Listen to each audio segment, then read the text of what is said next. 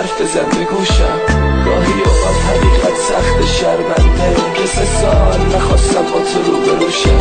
آره تو حق داشتی حقیقت رو بدونی، همیشه هوا تو از دور داشتم پنهونی. یه چیزی میگم و میرم تو خودت قضاوت کن، مثل من میتونی 3 سال زندونی بمونی.